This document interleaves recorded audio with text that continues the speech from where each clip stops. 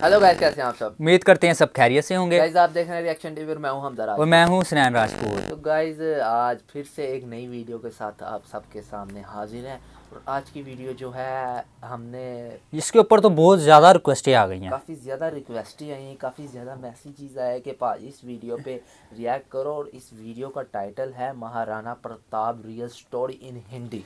क्योंकि ये वीडियो भी कुछ कोई इनके महाराणा वगैरह हैं पुराने, मतलब इंडिया के कोई ना पुराने लेजेंड थे जिनकी वो रियल स्टोरी, जैसा कि हमने पिछली आपने देखी होंगी हमारी वीडियो, अगर आप हमारे सब्सक्राइबर है, कि हमने शिवाजी महाराज, छत्रपति और संभाजी महाराज पे, उस पे ही इनकी रिक्वेस्ट आई थी। शिवाजी महाराज और छत्रपति संभाजी महाराज, हाँ, उस पे हमने बायोपिक देखी थी और काफ़ी हम इम्प्रेस हुए थे उनकी वो। लेकिन जो शिवाजी थे वो तो देखी थे, कि जो संभाजी महाराज की हमने बायोपिक, क्या बात थी यार, हमने सलूट किया कि उनकी वो जैसे स्टोरी थी। तो इनका मैंने वैसे भी काफ़ी नाम सुना है, ये रिक्वेस्ट है तो एक अलग जगह है ना। वैसे भी मैं इनका महाराणा प्रताप इंडिया के, मैंने नाम सुना है। ये महाराणा के नाम बड़े सुने हैं, हमने ड्रामे भी बड़े देखे हैं। ड्रामा भी मेरे हिसाब से इसका एक नाम है महाराणा प्रताप। तो फिर चलते हैं, फिर स्टोरी भी देखते हैं, क्या स्टोरी थी, क्या इनकी लाइफ स्टाइल था, कैसा रहा है। चलते हैं वीडियो की तरफ। ऐसे ही म्यूजिक बजते हैं ड्रामों में महाराणा वाले। ये कहानी एक ऐसे योद्धा की है जिसने मुगल सल्तनत को छठी का दूध याद दिला दिया था। इनकी वीरता की कथा भारत की भूमि के लिए गौरवान्वित है। महाराणा प्रताप के नाम से सारा भारतीय इतिहास गुंजायमान है। महाराणा प्रताप मेवाड़ के राजा थे। वर्तमान में ये जगह राजस्थान में स्थित है। प्रताप राजपूतों में सिसोदिया वंश के वंशज थे। ये एक बहादुर राजपूत थे जिन्होंने आखिरी सांस तक अपनी प्रजा की रक्षा की थी। ये एक ऐसे वीर थे जिनको खुद मुगल साम्राज्य का बादशाह अकबर भी सलाम करता था। अब जानते हैं महाराणा प्रताप की पूरी कहानी शुरू से। महाराणा प्रताप का जन्म आज के कैलेंडर के मुताबिक 9 मई 1540 में उत्तर दक्षिण भारत के मेवाड़ में हुआ था। 15वीं सदी। हिंदी पंचांग के अनुसार यह दिन ज्येष्ठ माह शुक्ल पक्ष की तीज को आता है। आज भी इस दिन राजस्थान में प्रताप का जन्मदिन मनाया जाता है। प्रताप उदयपुर के राणा उदय सिंह एवं महारानी जयवंता बाई के पुत्र थे। महाराणा प्रताप की पहली रानी का नाम अजबदे पुनवार था। महारानी जयवंता के अलावा राणा उदय सिंह की और भी पत्नियां थी, जिनमें से रानी धीरबाई उदय सिंह की प्रिय पत्नी थी। रानी धीरबाई की इच्छा थी कि उनका पुत्र जुगमाल राणा उदय सिंह का उत्तराधिकारी बने। इसके अलावा राणा उदय सिंह के 2 पुत्र शक्ति सिंह और सागर सिंह भी थे। ये दोनों पुत्रों की भी राजा उदय सिंह के बाद राजगादी संभालने की मंशा थी।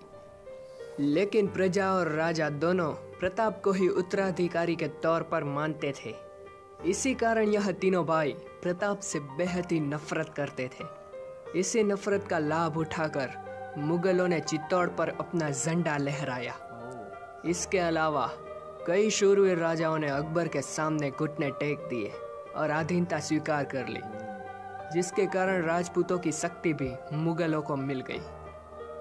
अपनों से ही मिले धोखे और विश्वासघात के कारण उदय सिंह एवं महाराणा प्रताप चित्तौड़ का किला हार गए। ये लिखा था। महाराणा प्रताप का वजन 110 किलो और उनकी ऊंचाई 7 फीट 5 इंच थी। महाराणा प्रताप का भाला 80 किलो का था और जब वो युद्ध लड़ने जाते थे तो सभी शस्त्र मिलाकर उनका कुल वजन 208 किलो होता था। एक आम इंसान इतना वजन उठा भी नहीं सकता और इतना वजन लेकर महाराणा प्रताप युद्ध लड़ने जाते थे। महाराणा प्रताप जब इस रूप के साथ मैदान में उतरकर जब आक्रमण का ऐलान करते थे तो कितने दुश्मन के सैनिक बिना लड़े ही डर के भाग जाते थे। महाराणा प्रताप में इतनी ताकत थी कि वो अपने एक प्रहार से घोड़े पर बैठा दुश्मन और उसके घोड़े को बीच में से चीर डालते थे। चित्तौड़ का किला हारने के बाद अकबर के खौफ से या फिर राजगादी की लालसा के कारण कितने ही प्रताप के शुभचिंतकों और मित्रों ने प्रताप का साथ छोड़कर अकबर से हाथ मिला लिया था। अकबर राजा उदय सिंह को भी अपनी तरफ अधीन करना चाहता था, लेकिन उदय सिंह ने अकबर के साथ मिलने से साफ इनकार कर दिया। इसी बात को ध्यान में रखते हुए अकबर ने राजा मान सिंह को अपने ध्वज तले सेना का सेनापति बनाया। इसके अलावा तोडरमल और राजा भगवान दास के साथ मिलकर अकबर ने 1576 में प्रताप और राणा उदय सिंह के खिलाफ युद्ध छेड़ दिया। यह युद्ध था हल्दी घाटी का युद्ध।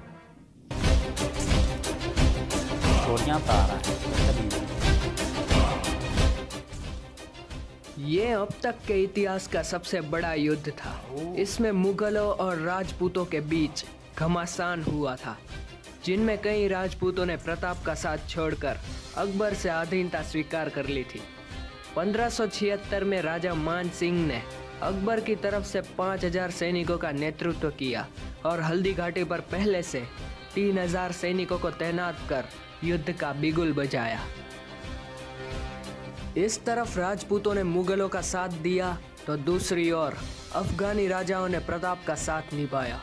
इनमें हकीम खान सूरी ने प्रताप का आखिरी सांस तक साथ दिया। हल्दी घाटी का युद्ध कई दिनों तक चला। मेवाड़ की प्रजा को किले के अंदर पनाह दी गई। प्रजा और राजकीय लोग एक साथ मिलकर रहने लगे। लंबे युद्ध के कारण अन्न और जल की भी कमी होने लगी। महिलाओं ने बच्चों और सैनिकों के लिए स्वयं का भोजन त्याग दिया। सभी ने एकता के साथ प्रताप का इस युद्ध में साथ दिया। उनके हौसलों को देखकर अकबर भी इस राजपूत के हौसलों की प्रशंसा करने में खुद को रोक नहीं पाया। मगर अफसोस, अन्न और जल के अभाव के कारण प्रताप यह युद्ध भी हार गए। युद्ध के आखिरी दिन जौहर प्रथा को अपनाकर सभी राजपूत महिलाओं ने अपने आप को अग्नि में समर्पित कर लिया और अन्य महिलाओं ने सेना के साथ लड़कर वीर गति प्राप्त की। युद्ध खत्म होते ही राणा उदय सिंह प्रताप के पुत्र को लेकर चित्तौड़ से दूर चले गए और प्रताप और उसकी पत्नी को नींद की दवा देकर किले के गुप्त रास्तों से उसे बाहर निकाल दिया गया। इसके पीछे राणा उदय सिंह का सोचना था कि फिर से अगर राजपूता साम्राज्य को खड़ा करना है तो प्रताप का जिंदा रहना जरूरी है। मुगलों ने जब किले के अंदर हक जमाया तो उन्हें प्रताप कहीं नहीं मिला और अकबर की प्रताप को जिंदा पकड़ने की इच्छा ही रह गई। युद्ध के कई दिनों तक जंगल में जीवन जीने के बाद प्रताप ने अपना नया साम्राज्य बसाया, जिसे चावंड नाम दिया गया। अकबर ने बहुत प्रयास किया, लेकिन वो प्रताप को अपने कदमों में झुका नहीं सका।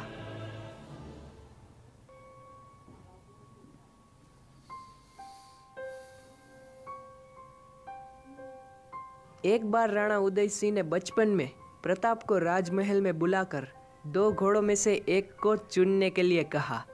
एक घोड़ा सफ़ेद था और दूसरा नीला। जैसे ही प्रताप कुछ कहते, उससे पहले उनके भाई शक्ति सिंह वहां आ पहुंचे और उसने उदय सिंह से कहा कि उसे भी एक घोड़ा चाहिए। शक्ति सिंह शुरू से ही अपने भाई प्रताप से नफरत करते थे। इसी बात के कारण प्रताप की जिंदगी में वो नीला घोड़ा चेतक आया।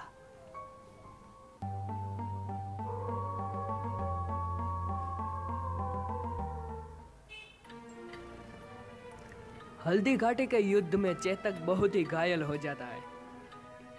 उसी वक्त बीच में एक नदी आ जाती है, जिसके लिए चेतक को लगभग 21 फीट की चौड़ाई को पार करना पड़ता है। चेतक प्रताप की रक्षा के लिए उस नदी को पार कर देता है, लेकिन ज्यादा खून बह जाने से थोड़ी देर बाद वो अपने प्राण त्याग देता है। 21 जून 1576 को चेतक प्रताप से विदा लेता है। आज भी हल्दी घाटी में राजसमंद में चेतक की समाधि है, जिसे दर्शनार्थी बड़ी ही श्रद्धा से देखने के लिए दूर दूर से आते हैं। मेन पार्ट बता रहा लगता है। हल्दी घाटी के युद्ध के बाद प्रताप ने एक नया नगर बसाया। इस घटना के थोड़े दिनों बाद प्रताप के जीवन में एक ऐसी अनहोनी बनी जिसका उसे अंदाजा भी नहीं था। प्रताप के साथ एकाएक जंगली दुर्घटना हुई जिसके कारण वो घायल हो गए। 29 जनवरी 1597 में प्रताप ने अपने देह को त्याग दिया। उस वक्त प्रताप की उम्र सिर्फ 60 साल थी। आज भी उनकी स्मृति में राजस्थान में लोग उनकी कथा और जीवन को याद करते हैं। प्रताप की शौर्यता से अकबर भी प्रभावित था। प्रताप और उनकी प्रजा को अकबर सम्मान भरी नजर से देखता था। इसलिए हल्दी घाटी के युद्ध के दौरान उनकी सेना में वीर गति को प्राप्त होने वाले सैनिकों की अंतिम विधि हिंदू रीति अनुसार श्रद्धा के साथ की थी।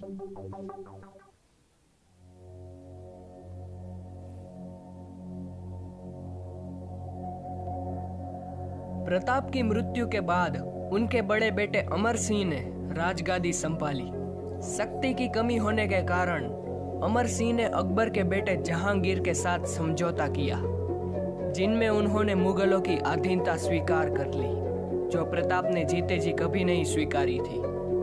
लेकिन इसके लिए भी कुछ शर्तें रखी गई, जैसे कि मेवाड़ के राणा मुगल दरबार में कभी नहीं बैठेंगे और मुगलों और राजपूतों के बीच वैवाहिक संबंध नहीं बनेंगे। ऐसी शर्तें मुगलों ने स्वीकार कर राजपूतों के साथ मित्रता कर ली। महाराणा प्रताप जैसे शूरवीर योद्धा ने भारत में जन्म लिया, यह बात भारतवासियों और उनके वंश के लिए बहुत ही गौरवान्वित बात है।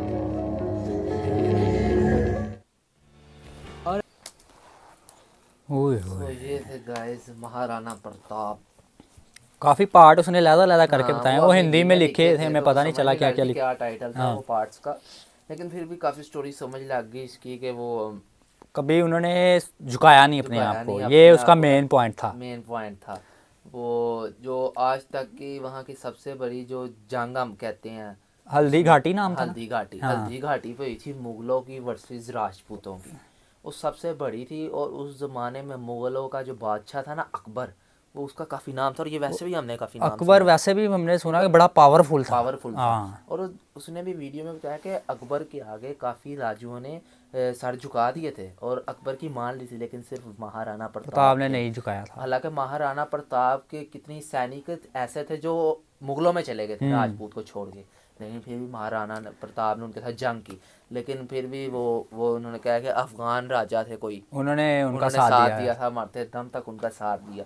लेकिन अनफॉर्चुनेटली वो फिर हार जाते हैं, क्योंकि जाहिर सी बात है जब एक फौज भी कम होगी, उनको ऊपर से इतना बड़ा पावरफुल बंदा हो। बात होती है जमीर की, वो उदय सिंह, उसे भी उसने करने की कोशिश की लेकिन वो नहीं हुआ। बात होती है जमीर की, बंदा चाहे हार जाए पर अंदर से नहीं हारना चाहिए, वो झुके नहीं ऐसे ही है।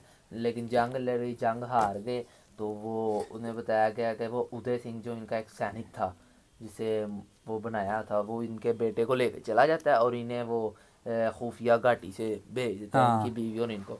लेकिन फिर जो इनका बेटा होता है, बाद में दिखाया गया जो इनका बेटा होता है, वहाँ से अकबर का जो बेटा होता है, वो दोनों हाथ मिला लेते हैं आपस में, दोस्ती कर लेते हैं जहांगीर।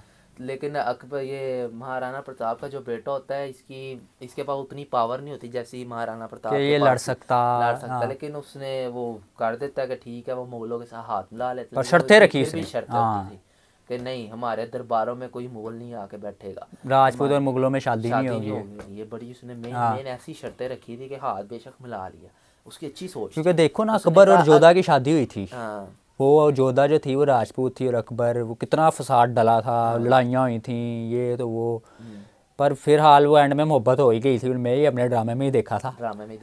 लेकिन उसका कोई माइंड प्लान बहुत तेज था। उसने सोचा कि अगर मैं इनके साथ लड़ूंगा ना इस टाइम तो हम मुश्किल में ही फंसेंगे। उसने माइंड प्लान से गेम खेल के हाथ मिला लिया, लेकिन शर्तें उसकी बड़ी मेन थी कि ना तो कोई हमारे दरबार में आएगा और ना ही हमने ब्याह करना है।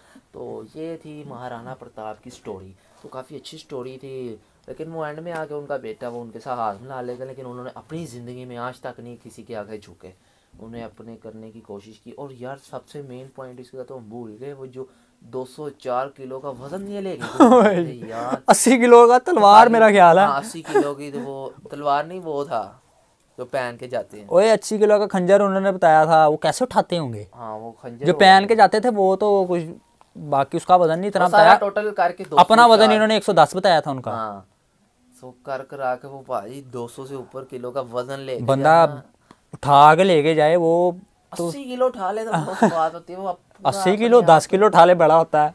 तो वो 204 किलो का तो उन जमानों में भाई बड़े बड़े लोग होते थे ऊंचे ऊंचे, उन्होंने बताया था 7 फुट कुछ इंच इनका कद था। और जाहिर सी बात है जब इतना पावरफुल आदमी जब इस तरह का रिएक्ट करे ना तो देखने वाला वैसे ही डर जाता है। कहते हैं जब वो जाते थे और जब वो आवाज लगाते थे ना जंग की, तो कोई जो दुश्मनी सैनिक होते थे वो वैसे ही भागते थे लड़े बगैर। बैठे बैठे चले कि एक इंसान 200 से ऊपर किलो का वजन लेके खड़ा है और जोश में आवाज लगा रहा है, और जो बैठे बैठे ही घोड़े को भी चीर देते थे और बंदे को भी। तो भाई तो ये काफी मेन पॉइंट्स है, ये ऐसे फैक्ट्स होते हैं जो इंसान को सारी जिंदगी याद रहते हैं कि हमारे को ये वो देखना उनका कोई महाराणा प्रताप थे, घोड़ा था ना जिसको लोग उनके जाते हैं लोग, वो घोड़े ने अपनी जान दे के 21 फुट का वो जो कह सकते हैं कि महाराणा प्रताप की भी उन्होंने रक्षा की, रक्षा की, हिफाजत की वो 21 फुट का जिसे आप नदी कह सकते हैं, नदी को पार किया। और इसमें भी एक मेन पॉइंट ये है कि जब उदय सिंह 2 घोड़े लाता है वो कहता है इन दोनों में से एक रख लो, लेकिन प्रताप का एक भाई होता है जिसकी शुरू से महाराणा के साथ नहीं लगती, वो कहता है मैंने काला लेना, वो काला ले जाता है, लेकिन बिल्लू इन्हें रखना पड़ता, फिर एक ही रह जाता है और वो बिल्लू इनके लिए लकी होता है। वो अपनी जान दे के इनकी रक्षा करके इन्हें नदी पार कराता है और आज भी वहाँ लोग जाते हैं। तो काफ़ी इसकी इंटरेस्टिंग स्टोरी थी महाराणा प्रताप की। यही ऐसे फैक्ट्स होते हैं जो इंसान को याद रहते हैं, सारी जिंदगी याद लोग किसी को कह सकते हैं कि हमारे कोई लेजेंड थे, वो इस तरह के करते थे। अब हम किसी को कहते हैं कि यार हमारे कोई लेजेंड थे और 204 किलो का वो वजन लेके युद्ध करने जाते थे, तो वैसे ही सुन के लोग परेशान होते हैं। 204 किलो का सुन के लोग हमें मारे ना, पागल तो नहीं हो गए। तो ये काफ़ी ऐसे बातें होती हैं जो इंसान को सारी ज़िंदगी याद रहती हैं। तो काफ़ी इम्प्रेस हुए हम इनकी भी वीडियो देख के। तो और अगर और भी किसी की हो ऐसे बायोपिक्स हो, क्योंकि बायोपिक्स का ज़्यादा मज़ा आता है देखने का। तो गाइज ये थी आज की हमारी वीडियो। अगर आपको हमारी वीडियो अच्छी लगी हो तो हमारी वीडियो को लाइक कीजिए, हमारे चैनल को सब्सक्राइब कीजिए, हमें सपोर्ट करते रहिए। तो मिलते हैं आपसे नेक्स्ट वीडियो में, तब तक के लिए गुड बाय।